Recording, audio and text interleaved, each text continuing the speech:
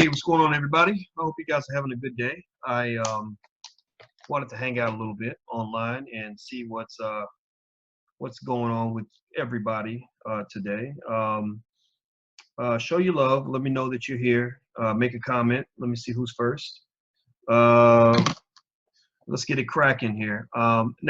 Today I had some interesting stuff that was on my mind. I was thinking about brothers. I was thinking about black men and the things that stress us out. And the reason I was thinking about this is because somebody sent me a list. They sent me a list of stressors for black men. You know, the things that cause black men to feel uncomfortable, unhappy, miserable, in the dumps, going through it, catching hell, in the struggle. Life is hard. It's impossible to get by. I can't get ahead. White man got his foot on my neck. I'm about to die.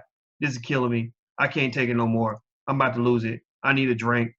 Where the weed at, nigga? You know, like that mindset, right? You know, that mindset. Y'all know what I'm talking about. Y'all know what I'm talking about when black men feel that they just kind of had too much, you know, just kind of had, they just had it. And it's hard to kind of keep going. Now, I meet a lot of guys that are in this category. I meet brothers all around the country who are connected to what we do. I see you all. I love it when you all come up and talk to me. You know, I love it when I have guys just come up and say, just shake my hand, say, hey, how you doing, man? Thanks for what you do, or I appreciate you, Doc. You know, that kind of thing. If you ever see me in public, I want to say it right now. I want everybody listening. If you ever see me in public, don't be awkward about it. Like, don't just stand over there and point and stare and whisper, you know, because then I might think you're trying to hit on me or something. Just come over and say, hey, Doc, I just want to say hi, or hey, Doc, you know, I don't want to interrupt your dinner, but I appreciate what you're doing. Just whatever it is, because I need that, right? Because like every other black man, you know, all of us feel stress and pressure. Every black man feels like, you know, there's some days where you want to punch a hole in the wall. There's days where you just feel like if you were a white man, your life would be much easier. You'd have more opportunities, more doors would be open, more people would, you know, allow you to have the same success and opportunities as white people. And I used to feel that way. I felt that way a lot for a very long time. And then it just kind of hit me. I kind of woke up one day and I realized something that's really, really important to understand. It's a complex concept and most Negroes don't get it, but it's something that I figured out and it really made a difference for me. I looked in the mirror one day and I stared for a minute, right?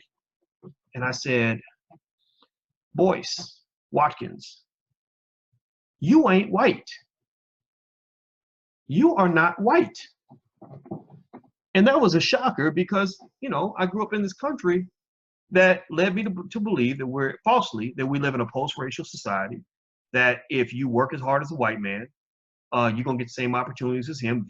If he goes to Duke University and gets a master's degree and you go to Duke University and get a master's degree, y'all going to get the same job, making the same money, with the same opportunities.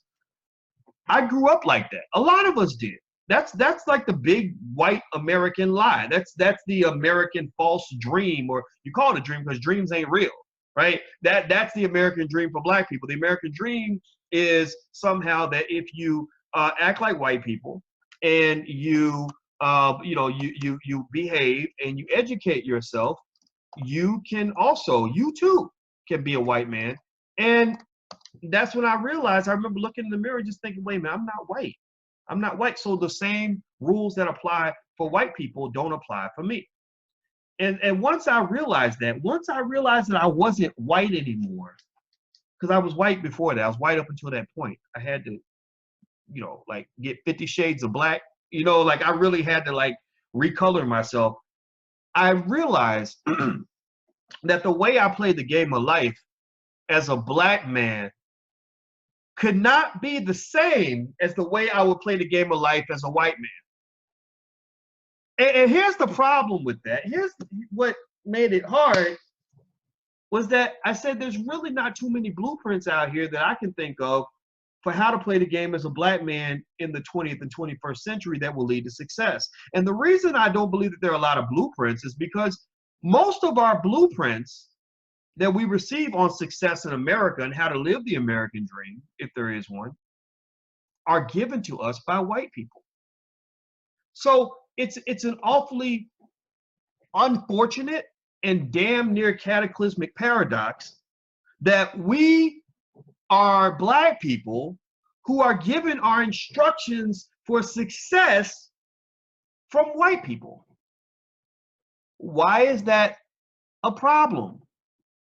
Well, it's a problem because white people shouldn't be giving you your blueprint for success, because as a country, white people do not want you to succeed.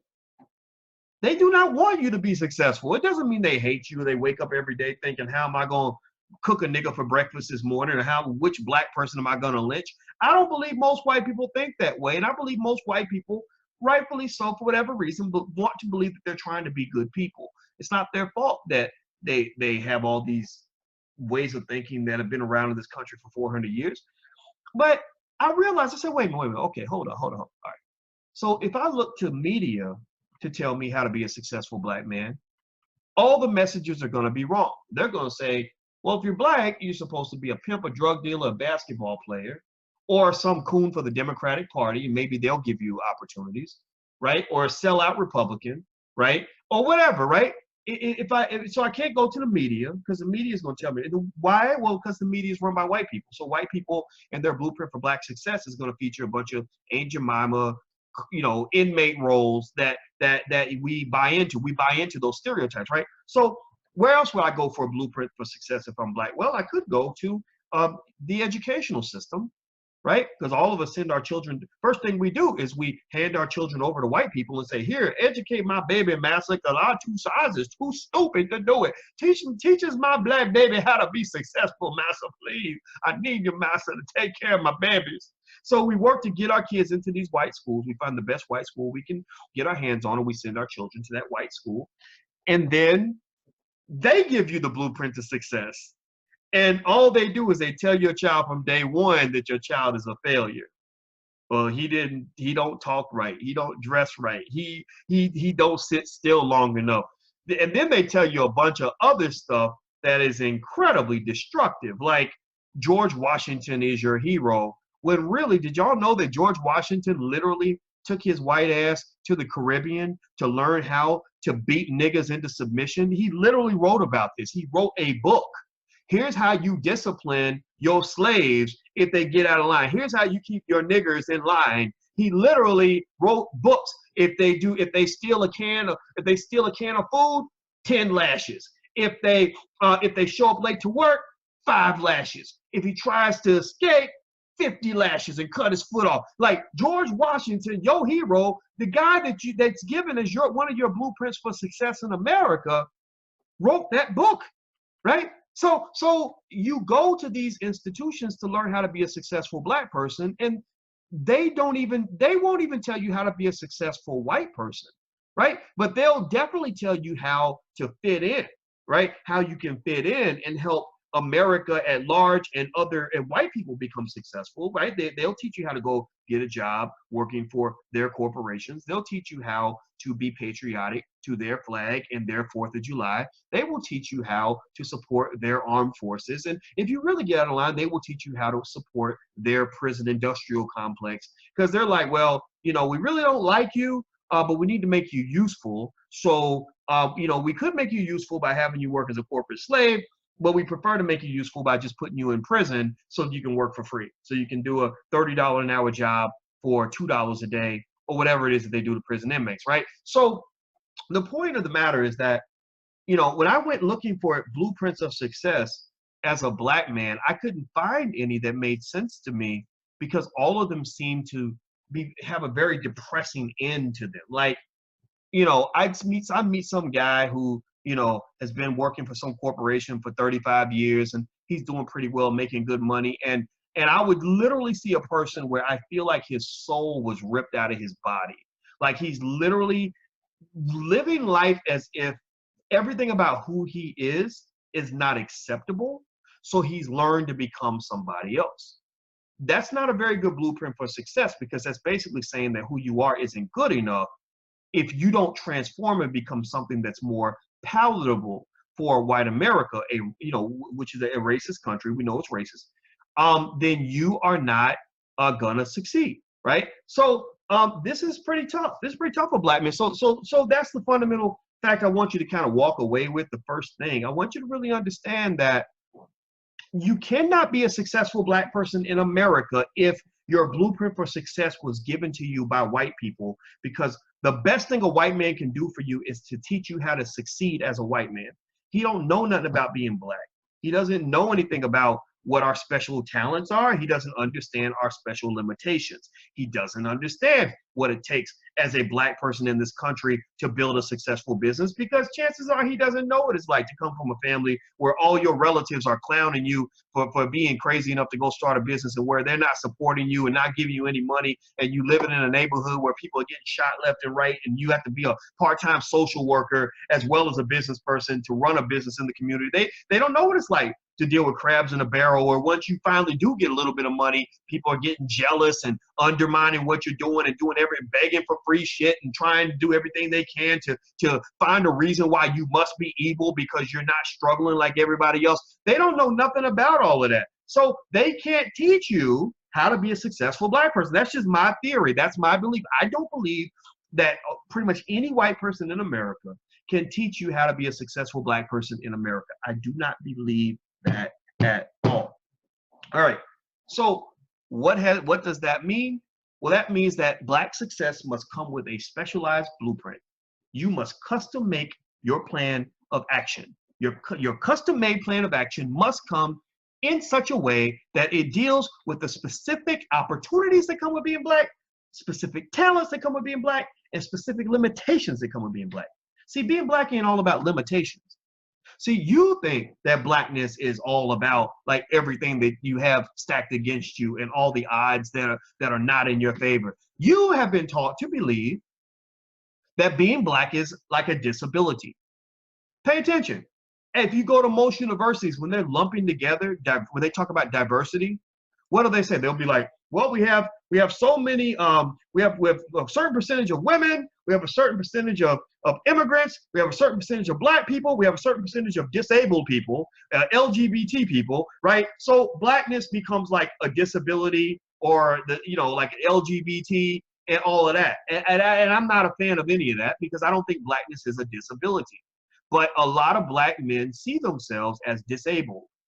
A lot of black men are raised to think that being black means you are a victim by default. When you think of yourself as a victim by default, what that means is that you end up in situations where you are victimized because you don't realize that you got weapons too. See, somebody who thinks of themselves as a victim is a person that gets punched and they don't punch back. They get shot at, but don't realize they got 4 AK-47s in the trunk, right? Somebody comes and they kick their ass, and you just sit there, and the best thing you can say is, I survived an ass kicking. You are taught to be a victim by default. Why? Where's that coming? It ain't your fault. It ain't your fault. It comes from society's language about you. The fact they call you a minority. You're not a minority. I never want to be minor. Minor people are very small, you barely know a minor person's in the room, right? No, you're not a minority. I want to be major. I want to be major. Major means that when I'm in the room, I'm going to dominate this space if I have to, because my presence is here and I know I'm special. And I'm going to take a bath in my specialness as a black man and let you know that even if you don't understand this, the reason you don't understand me as a black man is because you're not educated enough to know what black power really stands for, what it really looks like. So I'm going to probably make you uncomfortable until you accept the unconditional, unadulterated truth that blackness is my power. That I am a superhero. That blackness, melanin, literally is a superpower. And the fact that I overcame all of this and got to where I am right now means that I probably have abilities that you can learn from. So don't feel sorry for me. You probably should either cooperate with me or you should be intimidated by me, because I'm here to get what I came for. And I'm not really even concerned enough about what you think about me to worry about whether you're racist or not. I don't care if you don't like black people. I don't care if you called me a nigga when you went to the bathroom. I don't care if you clutched your purse because I was nearby. I don't care if you think somehow I don't belong, because that doesn't really matter. What you need to worry about now is not me fitting into your standards. You need to worry about fitting into mine. You see, that's what a majority people do. That's what you do when you are major. You're not minor. You're not here to react. You're not just a victim. A lot of your minority status, your default victim status comes from the way people talk about you from the time you're born. It shows itself when you have black people who will go to a black-owned business and beg, tell them everything should be for free when your dumb ass just went out and spent $300 buying Nikes and fried chicken. Like seriously, like what makes you think if you have a job and you have an income and you are spending hundreds, if not thousands of dollars every month with white businesses, what makes you think that you are so disabled that you must go to a black business owner who's selling books and tell them that your book should be free? What makes you think that after you done went out and went to the movies and went to the club and bought you new outfits and went on vacation and got you a new Cadillac Escalade, that you should go to a lawyer, a black lawyer, and say, I need your help, but I can't afford your fee? That's an insult. That's crazy. That's ridiculous. Maybe you say, look, I can't afford your entire fee, but I can afford 70% of your fee. So if you will work with me, or I can't afford to pay the whole fee right now, but I'm good for it. I'm gonna come back and I'm gonna make sure that I pay you all of this. I'm gonna pay you some now, but I'm gonna pay you some later, and I'm gonna send payments. I'm gonna make sure you get your money, because I'm not a minor person. I'm not a victim. I'm not retarded. I'm not disabled. I am a person who is capable of taking care of himself. That's a mindset of major black people. That's what black men, that's the mindset black men need to have, that you must own your fate. You must own your life. Even if other people affect your life, again, you ain't always got to be a victim. But again, the victim mentality starts with all the little subtle things, like this fucking civil rights movement. God bless the civil rights movement for what they did for black people at that time. What they did in the 1960s was very radical for that time, and I love the people that participated in the civil rights movement. But one of the things that I always hated when I would hear stories, that congressman, John what's-his-face, the one that looks like a turtle, the one's always kissing up to white people. I mean, I'm sorry, that's the most pathetic looking black man I ever seen in my life. Y'all know what I'm talking about. I don't remember the guy's name. He's so irrelevant. I can't remember. He's part of the Congressional Black Caucus, another body of irrelevant minor black people. They're all minorities. All the people in the Congressional Black Caucus are clearly minorities. They are minorities. Y'all know what I'm talking about. Please. John Lewis, thank you. I can't remember his name. Now, mind you, I think when he was a young guy, God bless him, he had some courage. He went out there and really put it down. So he gets credit for that. But since that time, the little turtle black man has been an embarrassment to black people. He ain't out fighting for nothing. He ain't doing nothing but kissing white people's ass. He ain't doing nothing but selling out the civil rights movement every chance he gets. Next thing you know, he'll be doing fried chicken commercials talking about, we shall overcome our need for fried chicken. Like he will literally whore out the civil rights movement for anything the Democratic Party or sometimes even the Republicans tell him to do. I think he had a sit-in over something that had nothing to do with black people. I forgot what it was, but it was a sit-in over something stupid, something about a company getting like a tax subsidy. It was something dumb. It's embarrassing. It's embarrassing. And the thing is that when I would hear people like that speak, and as a young black man, you're full of energy, you're full of fire, you got all that testosterone. You're like, man, I want to fight. Like I want to Muhammad Ali, Malcolm. I want to be Marcus Garvey. I want to get out here and really fight. And then you get these little turtle-looking black people talking about when we marched with Dr. King, we were taught that you always turn the other cheek, and that if your enemy attacks you, you're supposed to go pray for them and always be peaceful. Blah blah blah blah. And I would listen to that, and I'd be like, man, oh my God, just go. Somebody donate a vagina to this man, because these clearly are not men. This is not. They clearly have simply relegated themselves to subordinated status. I mean, really. I mean, I don't think men are built that way. I really don't. You look all throughout the world, men that defend the nation are not walking around saying you can beat me upside the head and attack me or whatever, and the worst thing I'm going to do is feel sorry for myself so much that it makes you feel guilty for the fact that you just whooped my ass in front of my woman. Like literally. I mean, think about this. The fellas, please holler if you hear me, and the ladies too. Please say something on this. But seriously, how would you feel if all you could do in life was you got your girl next to you, and some big Debo dude comes up on you, and he beats your ass right in front of your woman, and then all you can do is cry and maybe hope that he feels guilty for beating you up in public. Like, how would that make you feel?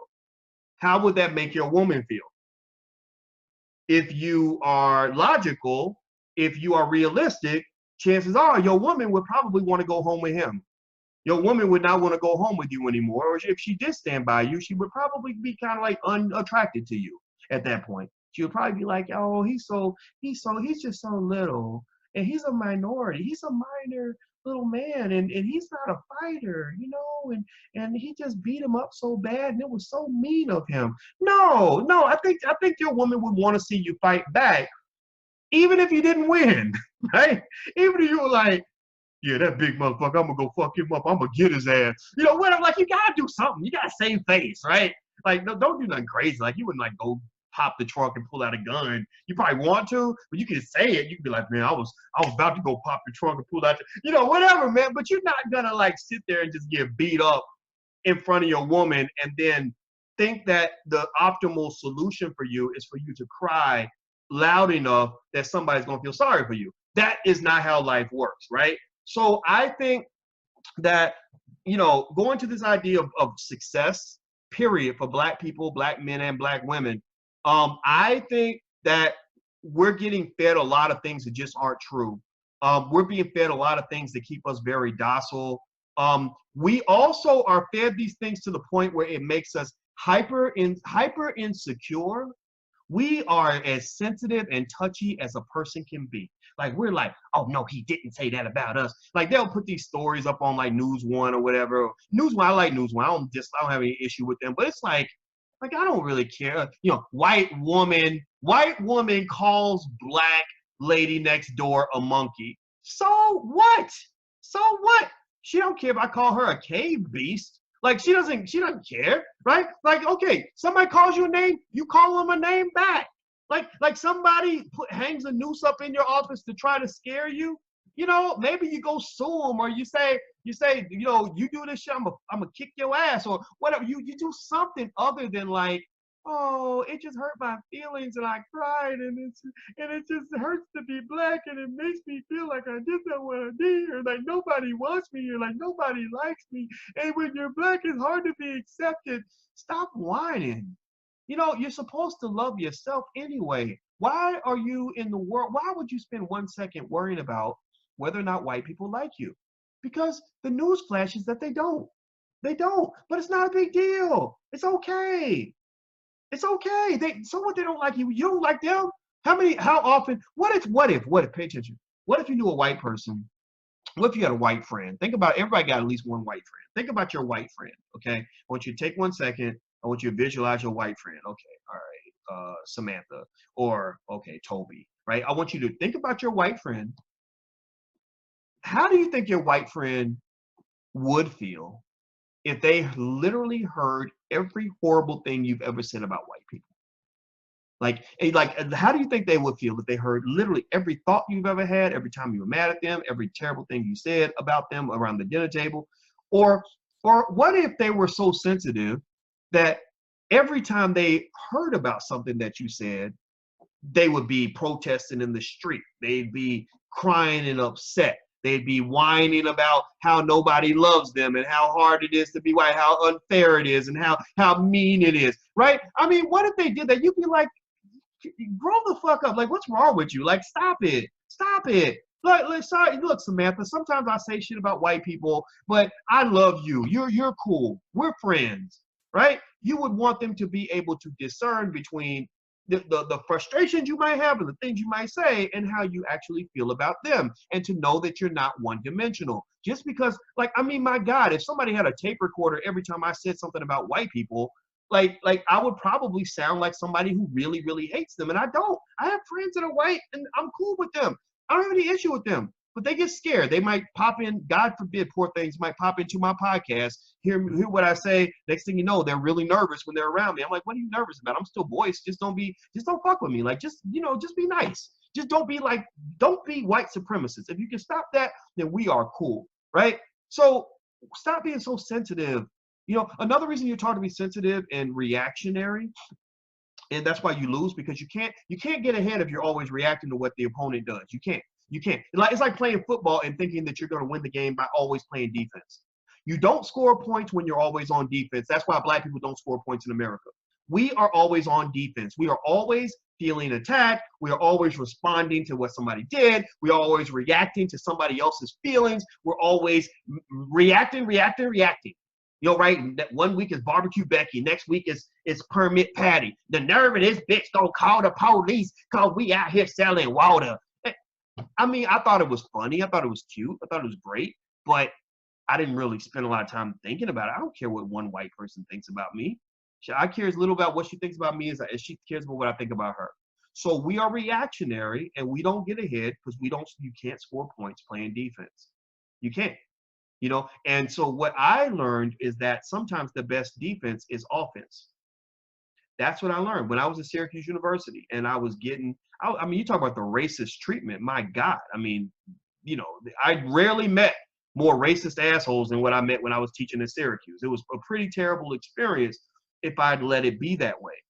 But the thing was, you know, as they were doing all this racist shit to try to mess with me and try to rattle me, and I got rattled for a minute, and I got mad for a minute, and then I realized, I said, no, wait a minute, I'm going to take ownership of this. I'm actually going to take the lead in this relationship. I'm not going to run around in my office getting mad over something racist that you said about me or something that you did to me.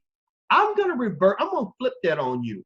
I'm going to upset you so much that you're going to be in your office upset over something I said about you. You're going to be worried more about what I'm going to do next than I'm going to be worried about what you do next. I'm going to have first mover advantage because I know that you can't score points always playing defense. You only got a chance if you play offense. So one of the rules for success is to remember that a good defense, the best defense is a damn good offense. You can even try that in your relationship. Seriously, really. I mean, some of y'all kind of know how to do this, but I'm telling you, it works.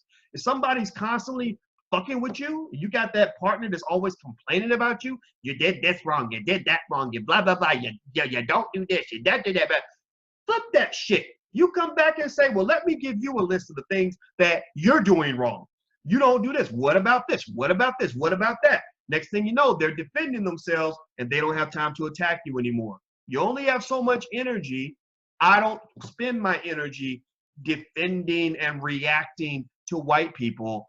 I would prefer to spend my energy moving forward and letting them react to me. So take ownership of that. By the way, if you are on here and you're watching, make sure you hit the like button, share button, subscribe button, thumbs up button, hit all those buttons, share these conversations because these are conversations black people need to have.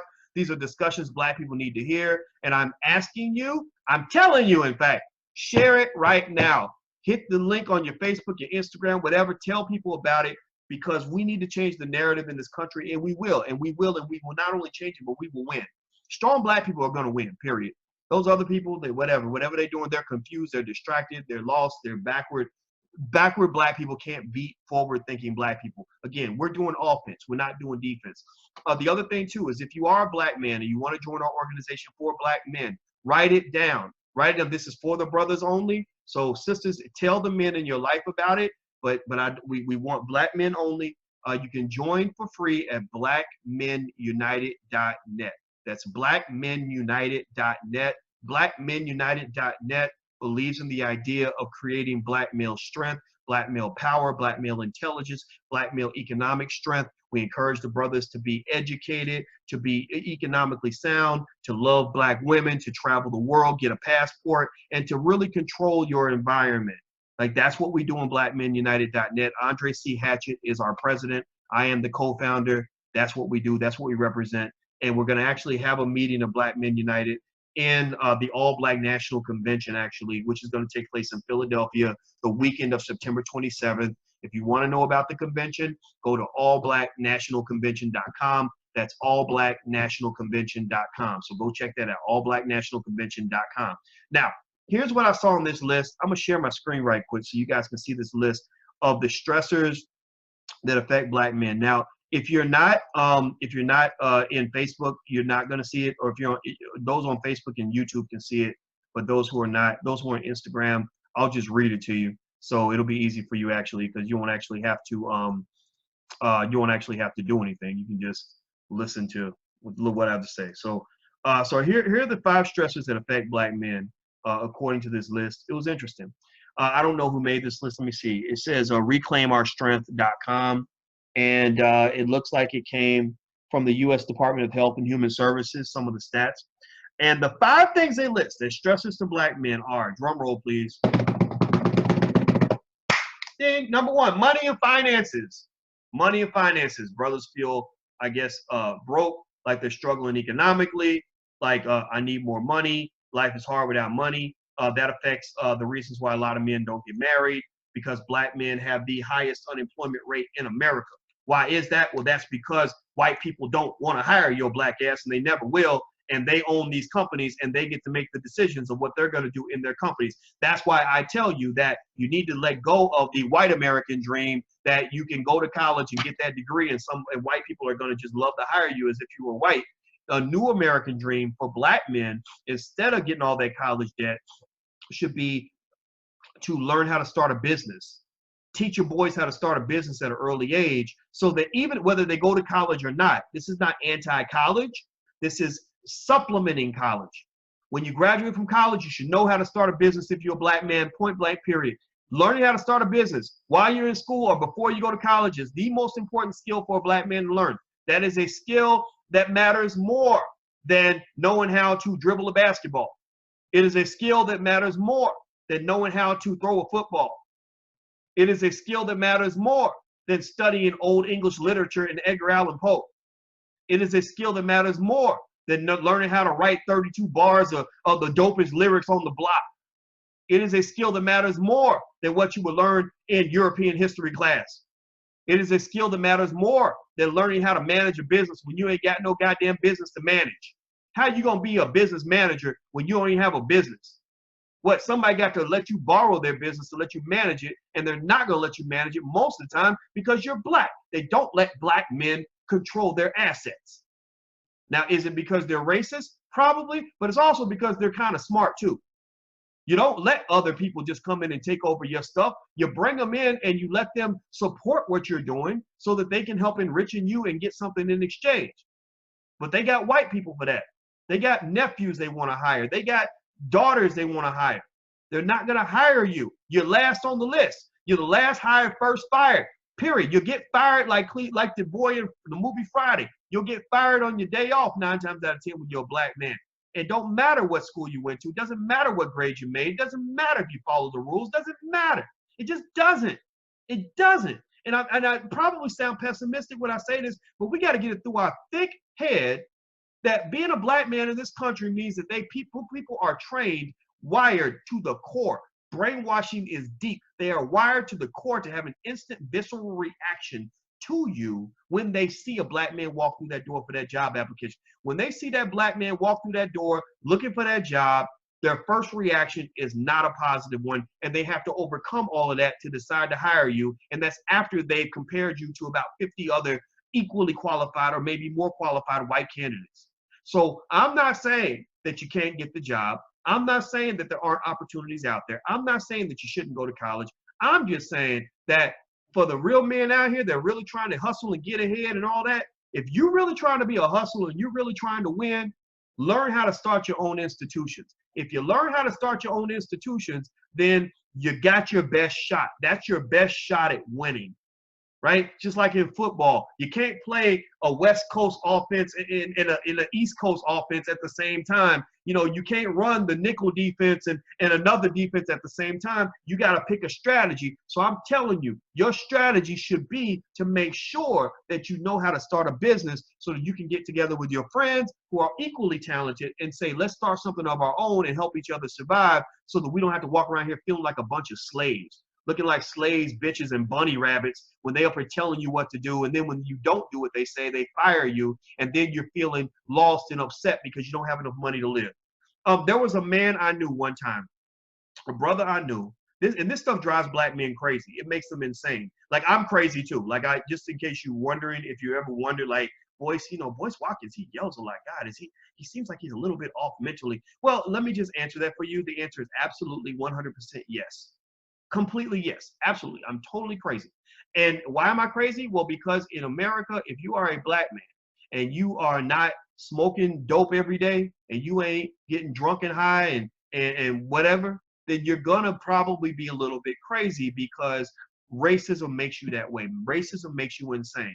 I'm from Louisville, Kentucky. Muhammad Ali's from Louisville, Kentucky. He left Louisville, Kentucky for the same reason I left Louisville, Kentucky. We left because we said, in this city, there are no opportunities for black people. I got to get up out of here before I hurt somebody. And Ali was crazy as hell. Y'all know Ali was crazy. Well, how did he become crazy? Well, because he was made in America. Malcolm X was crazy, both when he was Detroit Red, and he was crazy when he became Malcolm X. He was always a crazy man. He always went to extremes. He was always very, very extra serious. Why? Well, because he was made in America. He went through a hell that nobody can imagine, and there should be no question, no reason at all that you even wonder why he was crazy. Look at what white people did to his family. They killed his father. They killed all of his father's brothers. His mother was in the insane asylum and they didn't have enough food to eat. Wouldn't that make you crazy too? So yes, being a black man, so racism will make you crazy. And here's the thing. The more you're trapped in the cage, the more you're trapped in the economic cages of racism, the crazier you'll feel. The crazier you'll feel. I went to support a brother who's still on the plantation, who's still working for some racist white folks. I went to support him at a meeting because it was one of those real important meetings where they're like, well, Chester, we're going to have you sit down and talk to the attorneys because you've had some accusations made against you. And basically they had accused him of making white people uncomfortable. That's what it was. He was accused of making white people uncomfortable. And he didn't know what he was accused of, didn't know who accused him, didn't know any of that, but he had to sit with these lawyers. And I sat here and listened to this poor brother talk. And I said, oh man, you're crazy like me. The difference is you're crazier than me because I got out of this cage. And when I looked at him, I supported him because when I saw him, I saw myself. I saw him, kind of rambling and going off and just yelling and talking about all these things that seemed to have nothing to do with the conversation. And I was patient with it because now eventually I tried to calm him down. I said, hey, brother, look, you got to be strategic. Here's how you got to deal with this, this, and this. We don't want to, just get information. You ain't got to tell her. But the reason I was patient was because I understand that racism is designed to drive you crazy because it don't make no motherfucking sense. But you're trying to make sense out of something that doesn't make sense. So when you're trying to make sense out of something that doesn't make sense, it scrambles your brain. So that's what he was going through. So I remember feeling that same way. And I think millions of black men feel this way. And I'm gonna tell you, the key to my sanity was just getting away from these racist white folks. That's literally what the key to my sanity was. Like it got to the point where now I'm kind of like, I'm a little nervous right now because I'm surrounded by white people and I'm not comfortable here. They're very nice. See, I don't believe in that whole myth that white people all want to lynch you and all that. I'll go places. I went to a classical music concert, right? And the people there were super nice. Nobody, looked me up and down like I didn't belong. Nobody called me a nigger. None of that, right? Just a bunch of white people, polite, wonderful white people just being white. That's what they were, just being white. And I still was like, I feel a little awkward. I want to leave. I didn't want to be there. And you know what it was? It's, first of all, it's from, and again, I don't put it on them so much. I put it on me. I was triggered. Because you're looking at people who look just like your abusers. So imagine if you've been beaten and raped or gone through some horrible tragedy with somebody who looked a certain way, and you see somebody who looks just like them, then it's going to trigger you. So literally racism will make you a little bit crazy. So I say that the best solution is to get away from the craziness. That's what I'm trying to advocate for. I hope that this helps you. Second reason that they said, second stressor for black men, race and racism. Negative racial experiences from institutionalized, personal, and internalized racism. Absolutely. We just talked about that. Racism makes you crazy. I think there are ways to minimize it a little bit.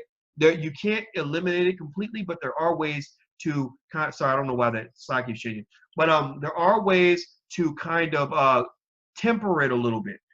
Ways to temper it. Number one, I mentioned economically. If you teach your boys how to start a business when they're young, your girls too. My girls know how to start businesses. We're entrepreneurs up in here. My daughter runs Black Bossy Hair. That's her company. But you teach your kids to be entrepreneurs so that if they choose to work with white people or for them, they do it because they are choosing to, not because they have to. Most Black people go to work every day at a job that they have to do because they were not put in a position where they knew enough about finances and money to be able to be free if that's what they chose to be, right? You want your child to be in a position where if they're working for somebody, they know that they can walk away from that job. They have what I call FU money. FU money means enough money, enough options, enough assets to the side so that if you piss me off, I can walk in your office and say, F you, I'm out, and I can walk away and I'm not worried about how the mortgage is going to get paid. I'm not worried about how I'm going to have a stream of income. I'm not worried about being able to feed my children. I know I can do that because mama, daddy prepared me when I was little to know economic survival skills. Do you understand that in America, in a capitalist society where money is running everything, economic survivalism is no different from being tossed in the woods. If you're living in the woods and nobody ever taught you how to survive in the woods, then you're going to die. You won't know which berries to eat versus which berries are going to give you poison. You won't know what to do if a bear comes up to you because you ain't never dealt with a bear. You don't know how to find food when it looks like there is no food. You don't know how to stay dry in a place where there is no building that you can walk into. So ultimately, if you're dropped in the woods, you'd want to have survival skills so that you know how to survive in the woods. You know where the water's at, where the food's at, where the shelter's at, how to get clothing, all of that. Well, the same thing is true when you're in the economic woods. Capitalism is like being dropped into the woods, except the woods, instead of trees with green leaves, everything's green money. And so there's money all around you. There's opportunities all around you. There's income potential all around you, but you don't know where to go get it because you were never taught survival skills. But you're in some of the most abundant, most economically fertile land in the world. America, and I know this sounds almost contradictory to what I was saying earlier, but America really is the land of opportunity if you know what an opportunity looks like. The reason that we don't know what opportunities look like is because nobody taught us how to identify any opportunity unless it came in the form of a fucking job application. The only time you know an opportunity is in your face is when somebody comes up and says, do you want this job?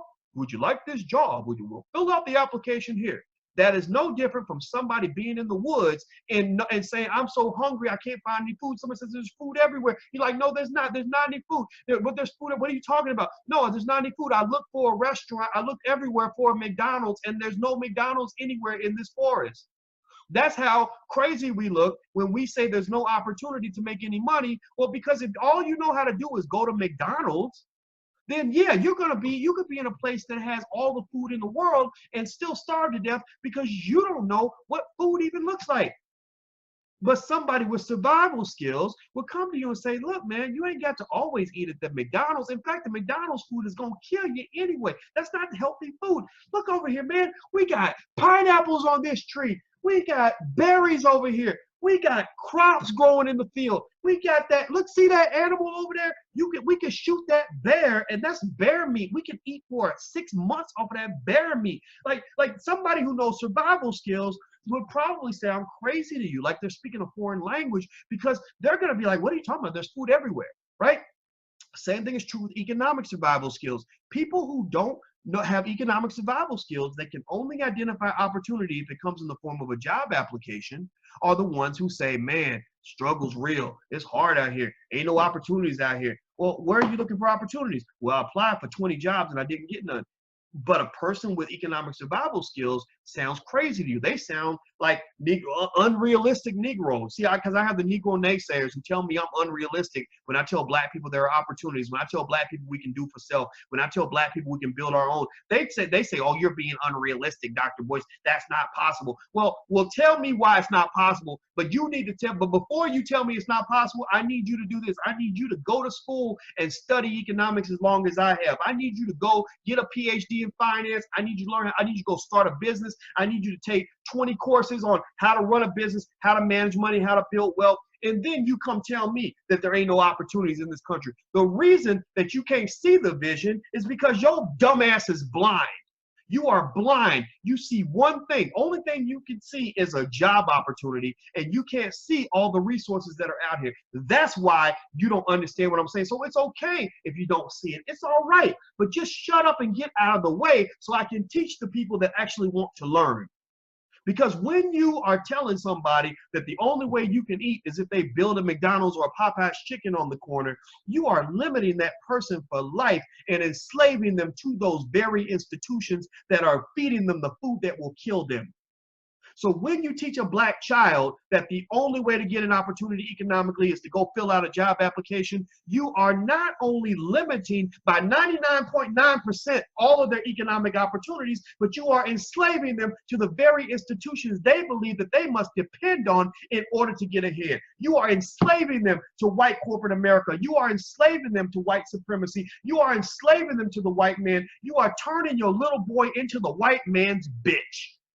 That's what you're doing. You're signing him over on a piece of paper and saying, here, please do what you like with my child because I don't care enough about this son of a bitch to prepare him for the future. That's what you do. So what I'm simply saying to you black people, in my opinion, is that you want to expand your range and expand your options. That will make all the difference in the world for you.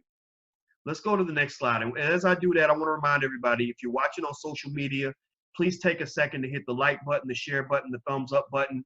Please share these conversations because I don't know if I even sound a little bit cocky, a little bit crazy when I say this, but I think every black person needs to hear this. And what's unfortunate, the reason we lose is because everybody's hearing bullshit. Everybody's hearing stupid mumble rappers who didn't get past the second grade. They're hearing from these people on TV that are feeding them nonsense. They're hearing from all these stereotypes that keep you enslaved. They're hearing from all these dumb, stupid, entertainment-based things that are designed to numb your mind to the realities of being black. And I just want to try to fix that. And I know I can reach hundreds of thousands of black people every week, but I can really use your help. If every single person takes a minute to share this video, it will make a big difference. Please share it so that we can make sure that everybody who wants another way can find that other way. That's what I'm here for. That's what I do. All right. So next, let's go to the next thing. Next thing that stresses out black men. All right. Third is jobs and career. Well, I mean, shit, we've been talking about that for the last 30, 45 minutes, right? So, yeah, jobs and career. Well, you know, I'm going to tell you this. Let me tell you this. Look, there was a time when I had a dream. See, every black man start off with a dream, right? Till it gets shattered half the time, right? But I had a dream. My dream was I wanted to be the most successful white man in the country. I was hoping that I would go get a lot of education because education was the key. Education matters. Don't get me wrong. It matters. It's just a different kind of education. Formal education will leave you in debt and it'll teach you how to be white. So I learned about the importance of self-education. There's an old saying that says, formal education will help you make a living. Self-education will help you make a fortune. So I really wanted to be a successful white man. That was my goal. And I you know, went to school. And when I was at University of Kentucky, I was killing the game. I mean, I was like, top student in everything. Go look, check the record, man. I was the #1 African-American student on the entire campus. And that was shocking to everybody I knew because my whole life I'd made nothing but D's and F's. But in college, I just hit the core, figured out what I could do, and just killed it. College was easy for me. I mean, I had a triple major, got 2 bachelor's degrees. I was maybe 6 credit hours short of having a 3rd bachelor's degree, all in 4 years, while working a full-time job and paying child support on my daughter because I had a baby when I was 18. So I get, you know, to the PhD level, and it's a different game. It's like going from college to the MBA. Suddenly, you're not sitting next to a bunch of mediocre people who halfway want to be there. You're sitting next to like Ling Chow, who got the 3rd highest math score in all of China. And over here, you've got Heinrich from Germany, who freaking memorized the whole damn math book when he was 12. You're dealing with an Indian kid who grew up in a family where everybody made straight A's, and he took the ACT at the age of 12 and got a damn near perfect score. Those are the kinds of people I sit next to. And then on top of that, you're dealing with the racism, right? You're dealing with the racism where there were no black people around, and it became very difficult. There were a lot of opportunities that I thought that I could get by being good enough, that I found were incongruent with who I am as a black man. So I got in trouble a lot for speaking up on race-related issues because I wasn't afraid to speak. But there's a consequence to speaking. Freedom of speech isn't for everybody. Freedom of speech has a cost. And if you ain't willing to pay the cost, then don't use your freedom of speech. But don't believe that nonsense about, freedom of speech being available for everybody. That's just not true. Freedom of speech has a price on it. So there is no free version of free speech. So if you want free speech ain't free. Free speech has a price, and the price might be your ass, or it might be your job, or you might get blackballed, or whatever. So if you ain't prepared to pay the price, then don't ask for the product. But if you are prepared to pay the price, then go for it. Say what you want, and you'll be fine. All right. So anyway, I remember kind of going through just a moment, like where I was like, man, all these things I was dreaming about, like being a really successful white man with brown skin, it isn't working out. I'm kind of not, I'm really feeling like a failure right now.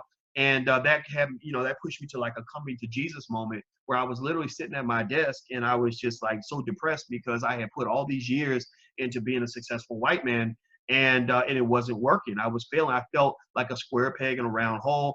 I felt like I didn't fit. When you don't feel like you fit, you're tempted to feel like there's something wrong with you, because technically there is something wrong with you, but it's only because you're playing the wrong game, right? It's like if I'm a football player and I'm trying to play badminton, if I'm on the badminton court and I'm playing football on the badminton court, then I'm gonna look like a freaking lunatic, right? Because in badminton, you're not supposed to tackle people. You're not supposed to throw a big football. Big bulky guys don't do as well in badminton, right? So you're gonna feel like you're not as good. You're gonna feel like you don't fit. People are gonna tell you something's wrong with you. All of that, right? So but what's really going on, right? Well, what's going on is it's not that there's something's wrong with you. You're just in the wrong space, right? You're just taking the wrong strategy, right? So instead of finding all the things that are unique about you and minimizing those things so you can fit into someplace you don't belong, I took a different strategy.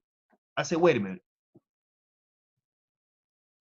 There's nothing wrong with being a black man.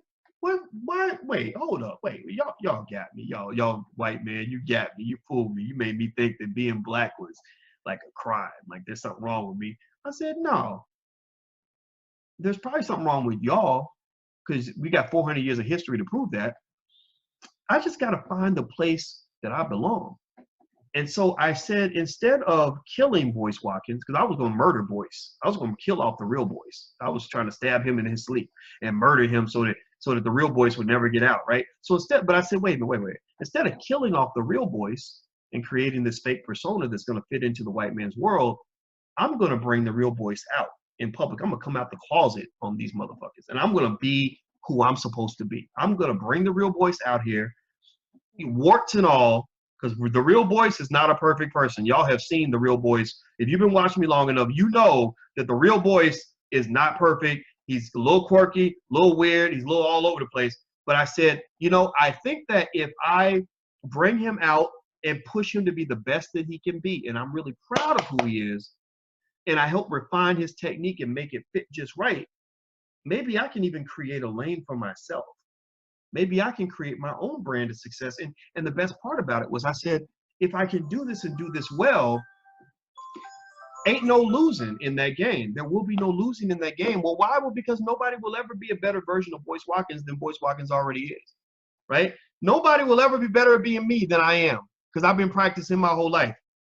And so basically by accepting who you are, I think that's a good way to break out and have the most opportunity for yourself. There's nothing wrong with you. There's nothing wrong with you. At best, there can be things that are not a perfect fit for the given situation you're in. You might have to bring out a different side of yourself based on different situations. For example, if I'm talking to my woman, I talk to my woman differently from the way I would talk to a guy on the street.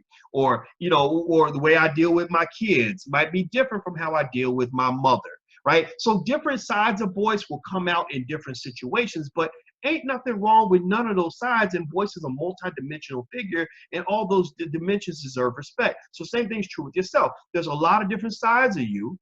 There's the angry black person. I hope you got a little anger in there, because if you don't, then you're probably brain dead, because there's a lot to be angry about. But then there's a part of you that knows how to be a little more peaceful and kind of let some things slide. Then there's the ambitious side of you. Then maybe there's the other side of you that's big on love, right? So get in touch with all those sides of you and accept that. And I think that translates to career, because remember, that's what the point we we're talking about, the stressors for black men, one of them being career. It gets into career because once I started identifying who I am and where my passions lie, and what I was meant to do, I was able to zoom in on what my career was. And now when people say, well, what is your career?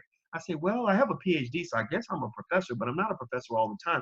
And so if I was to define it in a word or in a sentence, the best way I would define my career is I say, you know what? My career is to be a Boyce Watkins. Like, that's what I am, a Boyce Watkins. I'm a professional Boyce Watkins.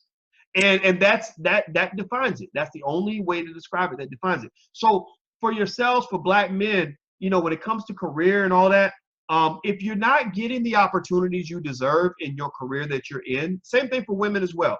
If you're not getting the opportunities you deserve in your current career, then get out and learn how to create a job for yourself. If the perfect job is not available to you, then create a job. The person who offered you that job created that job already. They created that job and then gave you the opportunity. Opportunities they don't fall out of the sky. Somebody creates opportunities. So the same way someone else created an opportunity for you to have, you can create opportunities for yourself. I knew a young lady that I mentored who was so brilliant, so creative. She would do these ad campaigns just for fun. And like, she'd do like a Nike ad just because she just wanted to do a Nike ad. And it would be a good Nike ad. And she'd be like, yeah, Dr. B, I'm hoping that Nike will sign me. I'm hoping they'll give me an opportunity because I really want to do advertising. And I did everything I could to get it through her thick head.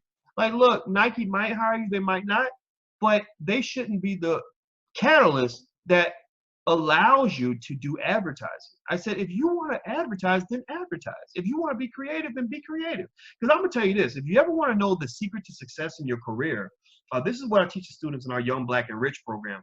The secret to success, according to the scientists, is to find the thing that you're passionate about. Basically, they call that, psychologists call this finding your bliss. Most indicators, most studies show that people who are superstars at what they do are people who have found their passion. And they find a way to work in their passion, and then the money does eventually follow. I used to think that was stupid. I used to be, man, that's bullshit. Come on, man. Like, do what you love and the money will follow. And then every study I would read, everything I would, like when I did my research on it, they'd be like, yeah, do what you love, the money will follow. So figure out what your passion is, and that's what's going to make you great. If you think I'm good at what I do, I think I'm good at what I do. I just think that I can communicate my ideas in a special way, and it works, right? But this energy is not coming because I deliberately decided that I'm gonna be passionate about some shit I don't care about. These are things I care about. If I could be talking to you like this, I could be talking to my daughter in a one-on-one conversation and be doing the same thing. I sat down with Minister Louis Farrakhan. First time me and the minister met, we sat for 3 hours. Me and him sat there talking, and the way Farrakhan communicated in that private conversation was identical to the way he communicates in public. I was sitting there thinking, my God, I'm sitting there talking to this man who is iconic in my mind, one of the most legendary human beings to ever walk the face of this earth. And I'm hearing him talk. And a lot of times when you meet a public figure, you think that there's a public persona and then there's like a private persona, right? Like there's the way they are on stage, and then there's the way they are behind stage. No. Farrakhan was talking to me. You would have sworn that he was talking to 10,000 people on Savior's Day.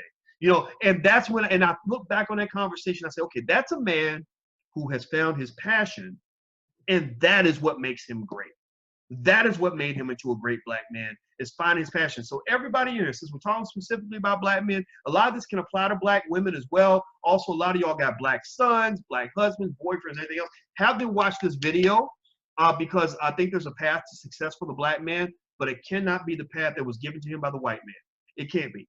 The path for success for the black man cannot be the plan that was given to him by the white man, because the white man is the one who has spent 300, 400 years trying to cut his testicles off at every turn.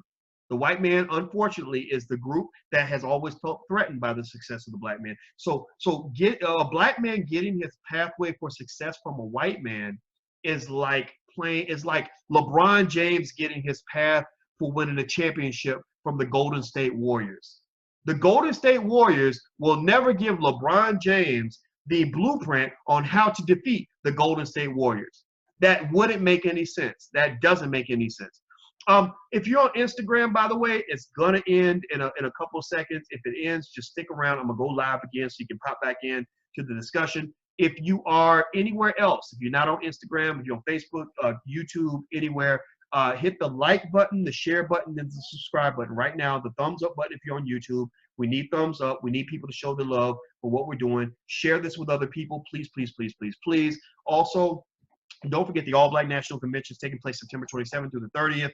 Mark it on your calendar. It's in Philadelphia. We've got a lot of people signed on to come in. We'll have Dr. Claude Anderson, Kenny Gamble, and others. Who Jay Morrison's been invited. Mr. Real Estate. Well, he used to be Mr. Real Estate. Now he's Mr. Tulsa Fund. He's Mr. Millionaire. That too. But he's going to be there as well. So it's a great place to network. It's a great place to enjoy Black family. It's a great place to watch some good Black movies. It's a great place to do Black business. It's a great place to have a family reunion kind of atmosphere among conscious, intelligent Black people who want to build something for the future. This is for Black people who strive to be different. This is Black people who dare to be great. This is for Black people who believe that we have the seeds and the template to build a nation that is going to be among the most powerful groups on this entire earth. So if you want all of that, and that's what you want to be a part of, come see us. allblacknationalconvention.com. That's the URL. That's allblacknationalconvention.com, September 27th through 30th in Philadelphia. Get your hotel now, get your flight set up now so that you'll be able to come on in. And I look forward to seeing you and giving you a hug in person. All right. Next thing on the list. Let me keep going. All right. Next, the fourth thing that stresses Black men out: relationships and family. Struggles in relationships with significant other, spouse, other family members, and children. Now, this is interesting for a few reasons. One, because I think that there are a lot of people that cannot necessarily identify with the struggles of Black men. I think brothers feel a lot of pressure. I don't think that as a community, I don't think as a country, we listen to men, period, in general. I think there's a lot of interesting double standards that don't work in favor of women, but there are also some that don't work in favor of men. I'll give you an example. I saw something where there was a lady who cut off her husband's penis because she caught him cheating. So she caught him cheating and she cut off his dick, right? So she cut off his penis, and somebody put this on Instagram, and the title of the article was, woman cuts off boyfriend's penis and throws it out the window because she caught him cheating, or woman cuts off cheating man's penis and throws it out the window. And I looked at the comments and I saw people saying, girl, I wouldn't do that myself, but I understand. Or, well, I guess he won't be cheating no more. Oh, he shouldn't have been cheating. And I thought about that, right? And I thought about it. I said, that's interesting. So what if we had a headline that said, man catches his wife cheating, so he cuts off her breast. Now, if he cut off her breast and threw it out the window and said, well, you know what, if you didn't want me to cut off your titties, you wouldn't have been a cheating bitch. I wonder how many people would say, yeah, that's right. She deserved to get her breast cut off because she shouldn't be cheating. Or what if he just punched her in the face, and said, yeah, no, I'm not an abuser. I'm not a domestic violence advocate. I'm not a person that would harm other people. I'm not a dangerous man, but she cheated on me, and that's why I had to punch her in the face. So clearly that must be a forgivable offense because she cheated on me. She hurt my feelings, so of course I had the right to sock her, right? People would think that was crazy. That would sound ridiculous for a man to say that, and I think it's ridiculous. And we tell the men in Black Men United all the time, don't hit. Violence has no place in a relationship. You shouldn't put your hands on your partner for any reason. Even if there's a man, I just tell them straight up, like, even if she hits you, if you're a real man and she's like, I'm so mad at you, just grab her arms, calm her down, or if she won't calm down, then walk out of the building, walk out of the house.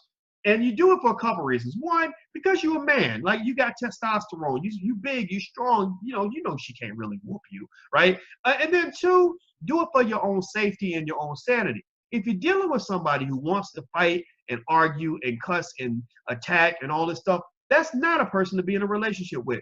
You can't find love if you're always in the middle of war. You can't find love if you're always in the middle of war. If somebody's always looking for a fight, then you can't find love in the middle of a fight. You're going to find more fights in the middle of a fight. So that's the first thing. Second thing is you need to get out of there, because when the police come to the house, she can tell any lie she wants on you. She can say, well, he punched me, and they're going to put you in handcuffs. And attorney Nicole Compton did an expungement seminar for the Black Business School the other day. And during the expungement seminar was all these people, a lot of brothers in there trying to get stuff erased from their record. And one thing that attorney Nicole Compton said during this expungement seminar we did in the Black Business School was she said that anything that you get arrested for, even if you didn't do it, will appear on your criminal record. That means even if you were falsely accused and they cleared everything up and they let you go, that's still going to be, somebody can still look that up and find out that you were arrested on suspicion of beating a woman. So a Black man being arrested on suspicion of beating a woman is going to be treated like a man who beat a woman and raped her after he got done beating her and then maybe chopped up her dead body. People don't make that distinction. They don't say, well, this guy, he really did something terrible to a woman, and this guy kind of was accused of it. No, they throw everybody in the same box. So for men, you got to be cautious. The other thing too that attorney Compton mentioned that really surprised me is she said that anybody can accuse you of damn near anything and get you charged. If two people get together and say, we're going to go accuse him of XYZ just to go make his life miserable and get him charged, and we're both witnesses to it, if somebody could really do it. They go to the police and say, we both saw him do it. Next thing you know, they got enough information. They might go lock you up. So brothers got to be real careful about that. The other thing is that the relationship point is linked to economics. A lot of men are stressed in their relationships because they cannot provide for their families. Why can't they provide for their families? Well, because you're depending on the white man to pay your bills. You're depending on him to give you jobs, and he doesn't want to give you jobs. You're depending on him to create opportunities for you when he doesn't want to create opportunities for you. You're depending on him to take care of your woman, but if he's taking care of your woman, then that's not your woman. That's his woman. That's his woman. So what I'm saying to you is that at the end of the day, as a man, you got to know multiple strategies that will allow you to survive and to be okay. You can't depend on whether or not the white man's hiring for you to be able to pay your bills unless you want to be subordinated to him for the rest of your life. Most men I know are not built that way. So you want to create options for yourself. Last but not least, the fifth thing on this list as a stressor for Black men is health and illness. Let's see, it says here that Black males lack good diet, exercise, and they have chronic disease issues. That is absolutely true. I am not one to criticize anybody for how they choose to live. But what I will say is that when Black men are marginalized from society. So there's a lot of Black men living in the shadows, where they maybe can't use their real name on their driver's license or don't have any health insurance, stuff like that. When you get marginalized that way economically, it tends to lead to other forms of marginalization. Like the young Black man that I grew up with, he was a brother that was 8 years older than me. He was my uncle. He was like an older brother for me. He was my older brother. I looked up to him. I loved him. He was marginalized. He's one of the millions of marginalized Black men. What led him to being marginalized was I look back and I remember seeing him as early as the age of 3. And I was very excited. Like when he would come to my house, I would jump up in his arms, and I just loved him so much. I looked up to him all the way up until the day he died. And but when I look back at the process that got him marginalized, I know one thing that happened to him very early was he went to jail. He got into a fight with a white boy and stabbed him or something like that, and went to jail for stabbing a white boy. And he was 17, so they sent him to grown man's jail and not children's jail. Well, whatever happened in that prison. I wouldn't be surprised if some really terrible things happened. Y'all know what I'm talking about. He wasn't right after that. He was mentally ill. He was always on the fringes. He'd have a job for about a month, and then have another job. Never had the same phone number. He just wasn't part of the system. He was kind of always kind of on the fringes.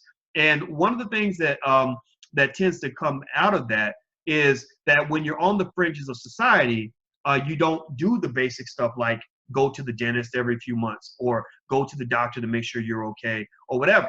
Now, the reason that this is a danger, this is something we should be concerned about as a society, is for two reasons. One, because either you are a black man or you have black men that you care about, right? Everybody watching this right now has some black male that they care about, and you probably know a black male who's in that marginalized category. And so that's one of the reasons. The second reason is that a lot of men, they have a lot of sex. And so a lot of women, while they might not be in that category of the marginalized black man, you know, you got your corporate job, you got your nice fancy car, you got your nice big house in the suburbs, but you're sleeping with this guy who's got a lifestyle that you may not understand. You may have, a guy who you may be having sex with a man who has not been to the doctor since he came out of his mother's womb. Like literally, ain't never thought about getting an AIDS test, ain't never thought about getting a checkup, ain't never thought about nothing like that. So what I think brothers really have to do in general is put our health at a higher priority level. Now, understand this. Most of the things that kill us as black men or as black people are not things that white people do other than the stress of racism. They stress us out, and then that kills us because the hypertension and all that. But it's not like it's not like most of us die because we've been lynched. Most black men don't die from being shot by the cops. There are black men who get killed by the cops. And mind you, we know that happens a lot, but it's not like the majority of black men are shot by a cop or lynched or whatever, right? Black men I know who got shot, I'm gonna be real with y'all. Most of the black men I know who got shot by a brother, right? Got shot by another black man. I'm just gonna tell you the truth. That's just my experience. But not to say it doesn't happen other ways, but that's just what I have seen. And so ultimately, given that we know that a lot of the things that kill us are things that we have played some part in, I think it's important to be conscious of that, right? Now, again, it always links back to white supremacy. The white man's hand is always in there somewhere, right? So, for example, the food we eat, we don't think at all as black, and I did it for a long time. For the longest time, I was like that barbecue rib, fried chicken eating Negro. Like that was me. I grew up on the soul food, grew up on a lot of sugar, grew up on a lot of stuff that I shouldn't have been eating. And it was causing the blood pressure to go up. It was causing the cholesterol to go up, causing me to get this stomach that I couldn't get rid of. And I remember that it took a while, but I think that there was just a point where I said, I got to open my mind to a new way of thinking. So I decided to do this little fast and start running. And I didn't enjoy it. It was very hard to do. I didn't like the fast because I couldn't eat things with sugar in it, and I couldn't eat bread and all this other stuff. But when I did that, I lost so much weight. I lost more weight in about a week than I'd lost in the last 10 years. And when I saw those results, I said, man, this is great. And then I started reading up on what this food is doing. And basically, a lot of this food is killing us. This food is killing us. And so I think that just for general public health reasons, we got to encourage brothers to go to the doctor. You got to get your regular checkups. Find a way to get some bread. If you can't get a job, like go take a class on how to start a business. Get with your friends, start a lawn care service or something. Like find a way to create your own destiny instead of waiting for somebody to open the door for you. You're not a baby. You're not a baby. Like they say, God takes care of babies and fools. Well, you ain't a baby or a fool. E40 said that. God takes care of babies and fools. You ain't a baby or a fool. So what's your excuse, right? So at the end of the day, what's your excuse? You're not a baby. You're not a fool. So why are you waiting on your God to take care of you? Your God is not the God in heaven. Your God is the white man. Your God, when y'all go to church and y'all pray for money and y'all praying for economic opportunities, well, who controls those opportunities? White people do, right? So you're pretty much praying for white people. If there's a white man listening on an intercom like Santa Claus, listening to you make these prayers for the things you want in your life, if he's rich enough, he can probably make your prayers come true. So to some extent, you put the white man in a position where he has become your God. And Madam President actually is the person who actually brought that to my attention. So this is not originally my thought, but I thought about it. I said, oh my gosh, she's right. This is terrible. So at the end of the day, I would encourage brothers, like just do something with your health. Exercise a little bit. This food is killing you. You'd be amazed at how many calories, how much fat, how much sugars, and just everything, basic thing you eat. The way I started losing weight was I started drinking a lot of fruit smoothies. My way out was fruit. Like I like fruit. Fruit tastes sweet to me. It tastes like candy. So basically I would just make these fruit smoothies and I would eat these salads and stuff like that. And when I started doing that and doing a little bit of exercise, man, shoot, the pounds came off. And I was like, wait a minute, I was exercising before and the pounds were not coming off. And it was because I was eating bullshit. It was because all this food that we're sold is literally what's killing us. So that's my encouragement to brothers. I'm not telling you what to do, just saying, you know, the opportunities are out there, the information is out there. Consider it, because a lot of you are dying at an early age. Black men have the shortest lifespan of any group of people in this country.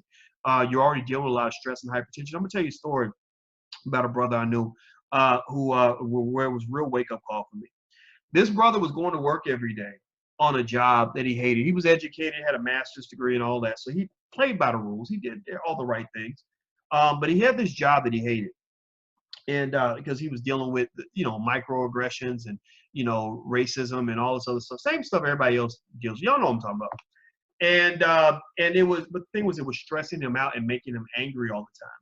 And it was stressing him out so much that he felt that, like, the frustration drove him to the point where he literally like was feeling like really weird. He couldn't get out of bed. He was feeling very depressed. A lot of black people are depressed, and the depression stems from white supremacy. And the doctor, when the doctor gave him his exam, the doctor said, your testosterone has literally pretty much left your body. He said, I could not, he said, he said, I couldn't get out of bed. I couldn't make love to my wife. You can't get an erection when you ain't got no testosterone, right? He said, so his wife is like, what's going on? Like, what is this flimsy little thing called a penis that you have attached to your body? It looks like a piece of bologna, right? Like, his wife is like confused. And he, and basically he literally said that he had been technically in depth, like literally emasculated, right? Literally emasculated. And that's what white supremacy does. White supremacy doesn't want you to be a man. White supremacy wants you to be a little boy, because men don't always want other men competing with them. They'd rather have women and boys. So for the white man, he wants to run this. He wants to have the women. He wants to have the money and the power. So it's easier for him if he can convince you to stay as a little boy, so he can go holler at your woman, right? He can be the man of your house, not you.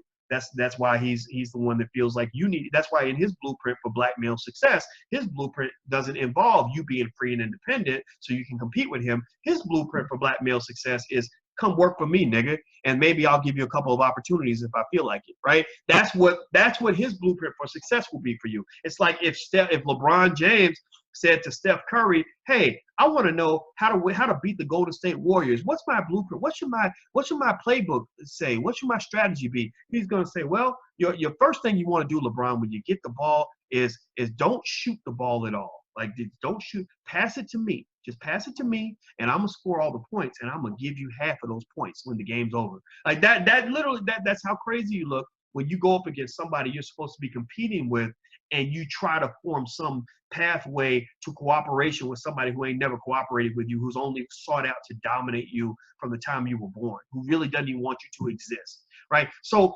anyway, long story short, this brother had said that his testosterone had been zapped out of his body. And he said, boys, the best day of my life was when I got fired. He said, when I got fired from that job, I felt so much better. He said, I also, I found a way to deal with it. I said, well, what did you do? I'm thinking he's going to tell me yoga or exercise or whatever. Check this out. He goes upstairs, comes back down, has a big bucket of pills about as wide as this book, like a big bucket of fucking pills, like all these pills in this damn bucket. And he's like, I take these pills every day and they keep me hormonally balanced. And I was like, really? Okay, man. I'm sitting there thinking, oh my God, what did they do to you? And it made sense at that point, because you know how you talk to somebody, you don't know what's wrong, what's not right, but something ain't quite right. Like, he kept talking really fast and he kept interrupting me and going back and forth and switching topics. And I remember feeling like something is not quite right mentally, you know, but I didn't say anything. But when I saw all those pills he was taking, I was thinking, there is no way you could take that many drugs and be a balanced human being. Because everything that's balancing one thing is imbalancing something else. Like, there's no way you can take all those drugs and be a balanced human being.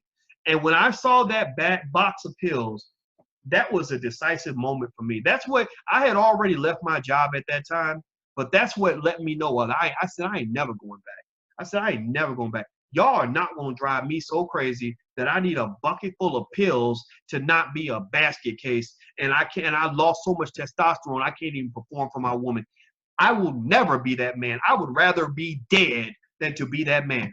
I would rather just kill me right now. Just bury me 20 feet underground. Because if it's 6 feet, maybe I can climb out. No, put me 20 feet under, because I don't want to come back if that's how I got to live my life.